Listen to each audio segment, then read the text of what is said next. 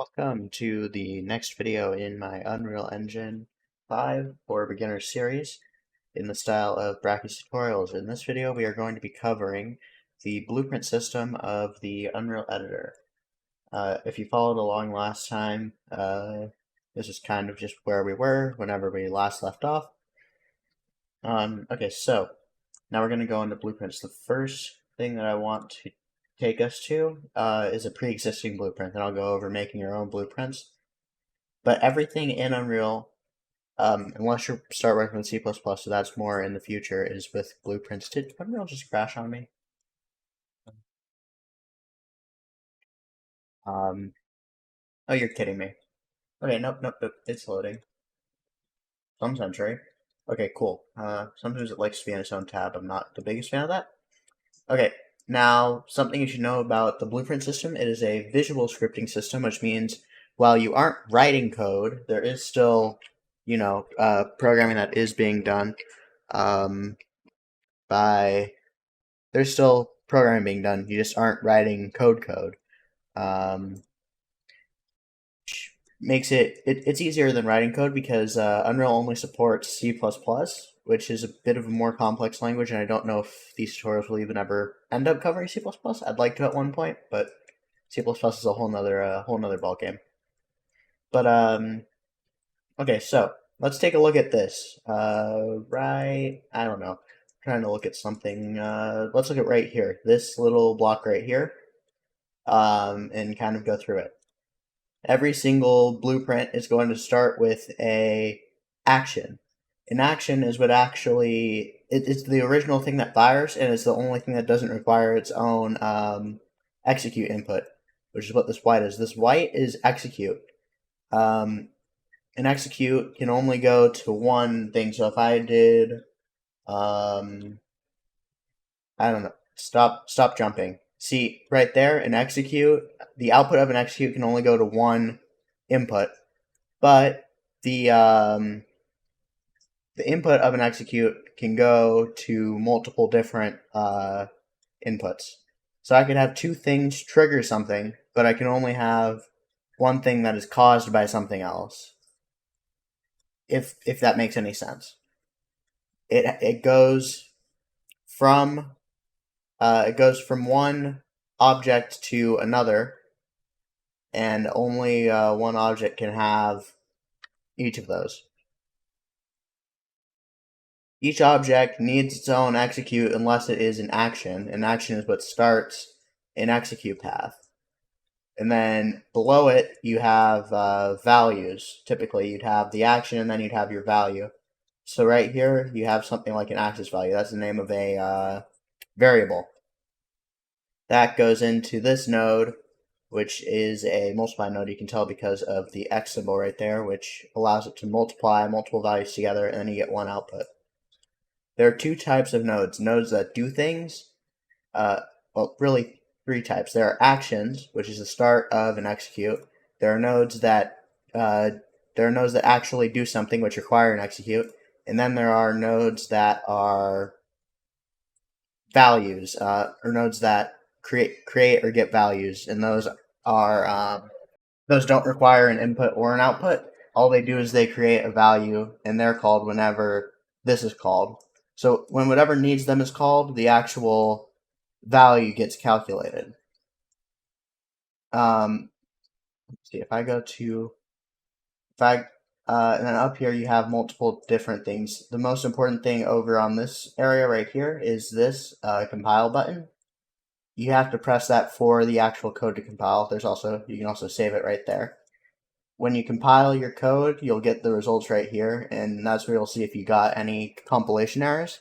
If you have any compilation errors, you have to go through all those and fix them before you can actually play your game. And certain blueprints, like this one, have a viewport, which allows you to see different objects in the view, because each object is part of a blueprint script. It's It's different from Unity because in Unity you have your scripts that you then apply to objects, but in Unreal your scripts are the objects. They actually define the mesh that is used in everything. Where, like, say the camera position is for the first person character. Let me look at let me look at an easier object just so it's easier to see. Oh. Let's see. In order to create a blueprint, you'd right click in your content drawer, and you do a new blueprint class. Then you have actors. Then you have like the different parent classes. These are the base classes that everything can be based off of. You have an actor, a pawn, a character, a player controller, game of base, etc., etc. They're described right here, and then if you need something more specific, it's going to be down here. But let's just say for this little show off, I'm going to select a actor, and let's name it door. I'm going to make a simple door just to show off the blueprint system. If I was to open up door, you'd see this right here, and if I just add, say, a cube by searching here, you press add, and then you can add, say, a cube. Let's say I just want to make a cube that's a box right here. Then I also want to add a box collision. This box collision will be the child of the default scene root. You can move these to have different childs for what is what. And I'm just going to move this here, and I'm going to set it to something like 5 by 5. Nope, 5 by 1 by 5 by 1 by 5. And then this box is a, oh, that should be, yeah, static. That should be, oh, movable. That's what it is. Okay, sorry. There are different collision presets. Well, here you can see all the different details about the object. You can see its transform, its sockets. It's kind of like the information panel here. It's just that it has a couple more options because that relate to being a blueprint. The main differences are going to be down here. These are all the different events that can be done. So in order to make this collision a trigger collision, you have to set this to trigger, and then it would be on component begin overlap. So basically, that's whenever something else interacts with this. So on component begin overlap, and you'll get this here. You also have these different functions, but we won't need them. So, you can move around by pressing right click and dragging your mouse any which way. That allows you to control where you are. You pull off of these execute nodes with left click, and when you deselect, it brings up this search box here. Let's see.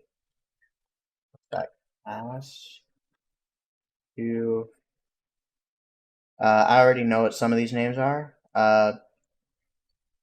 So the first thing that you want to do, if you're, say, making a door like this, is that you'd want to cast it to the first person character. That way, it basically will it won't trigger unless the first person character goes through it.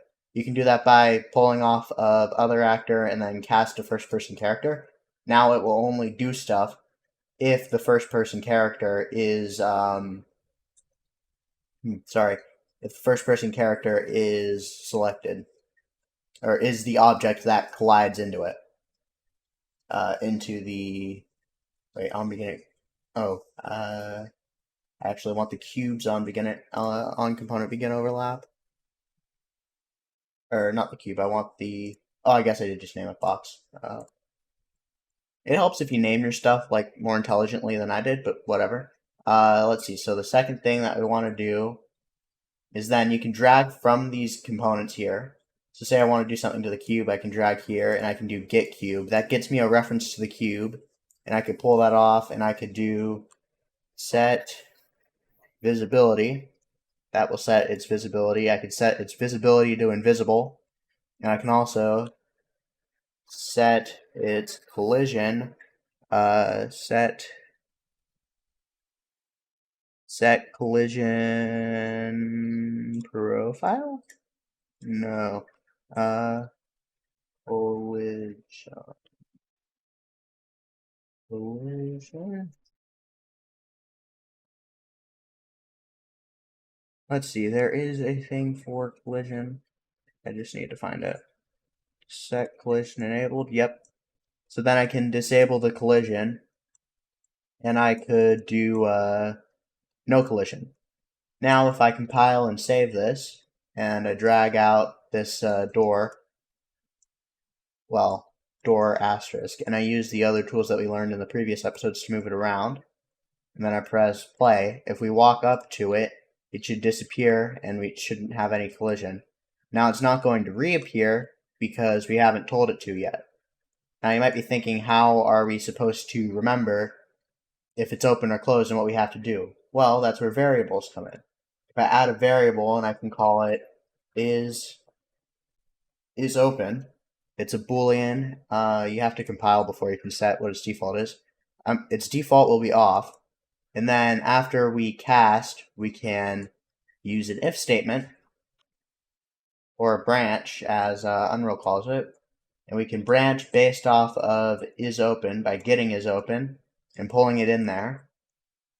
We can then, if it is open, we can close it, and then otherwise we can set its visibility there and its collision to collision enabled. And then now it is collidable again, and it will be visible again if we walk into it.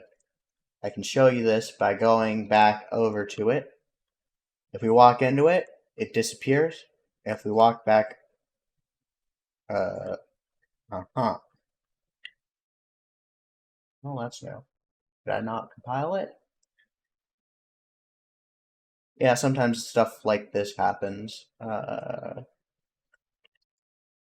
Interesting. Oh wait, no, the cube is the mesh. So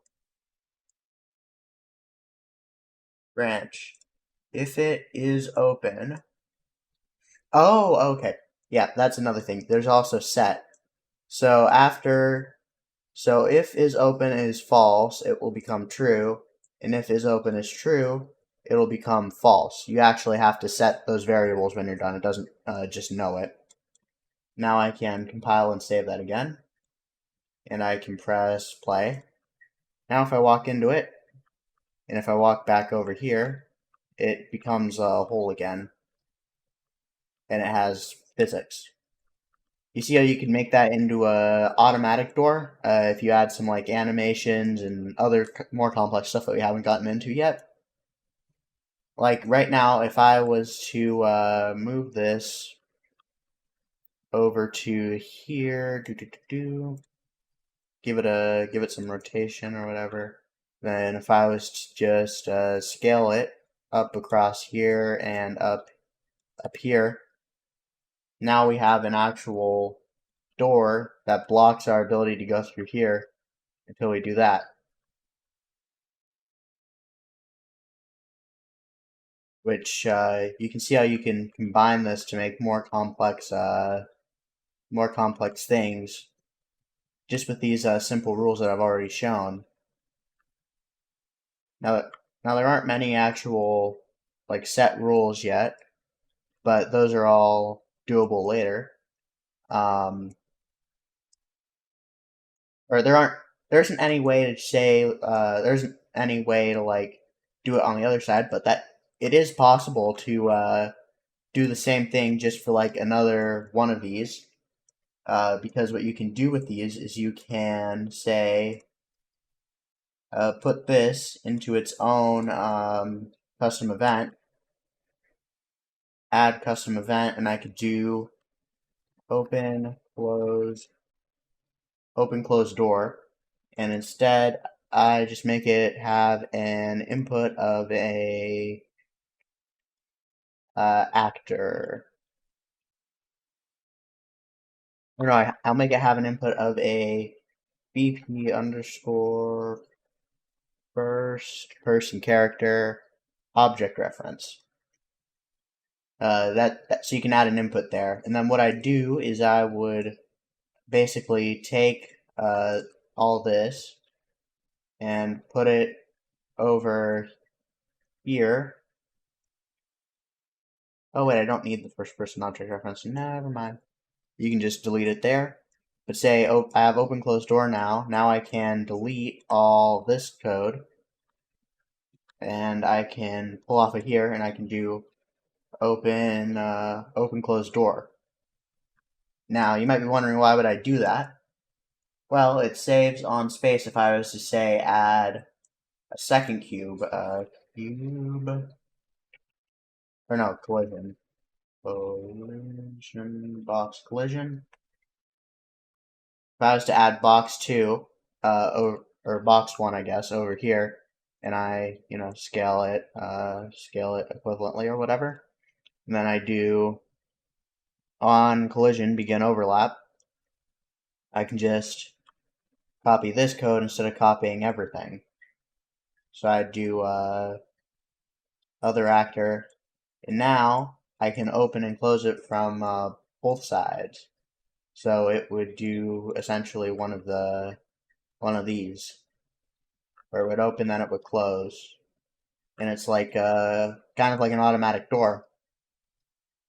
And if you add animation and artwork and everything, it'll look more legit or whatever. This just doesn't have any of that because it's, a little simple show off. Let's see, what else can I talk about? Oh yeah, also, blueprints can interact with other blueprints. This would be most useful in, say, your first person character. Say I want to make say I want to add a variable here, and I'll call it as key.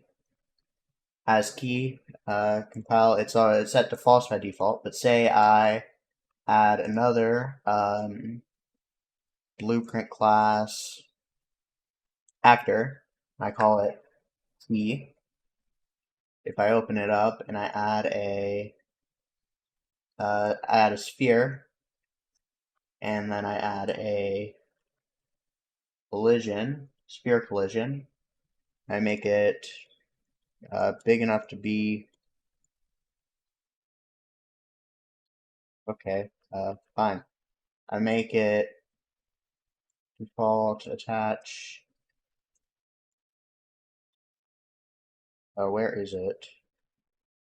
Okay, 20.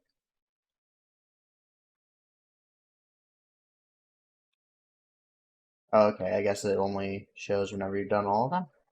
Let me do something like 5, 5, 5. And I'll just center it on the sphere. Now I can do the same on collision begin overlap. And I can take other actor, BP first person character. And then after I make sure this is saved and compiled, I can do as BP first person character set as key to true. And then I can also destroy actor self. So that will let you pick up the key and then it will destroy you. And then I can, before this door stuff happens, I can check get as key and get as key. Or no, this would actually make more sense to have in the open close door, because it's going to be the same for both of them. So the first thing I want to check, oh wait, no, then I'd actually need the reference. Okay, so yeah, I will add the BP first person character reference. I'll just call this char for character. Char. So then I just, as BP, I just give that reference. Then here I can do get as key, and I can do an if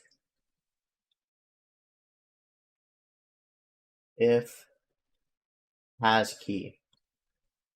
Now you can only go through the door if you have the key. So I can compile and save. And if I go here, I should also compile and save here. And if I drag out the key into the world, I'll just put it over here so we don't run into it until I want to. And then if I press play, if I walk up to the door now, it doesn't open. But if I walk over to the key, I now have the key. And if I walk over to the door, it'll open and close. That's just a little show off of what you can do with blueprints interacting with blueprints. It can get way more complex than that. But these are just some basic, simple things you can do with blueprints. Oh, I didn't know you can knock over these cubes. That's cool. In the next video, I'm thinking about going over the basics of shaders slash material, not shaders, materials. The basics of materials in Unreal. If you have any questions or concerns, feel free to put them below. I have a Discord community in the description if you're interested. I also have my Patreon down there if you wish to support me. Thanks for watching this video. I hope you guys all have a good day. And bye.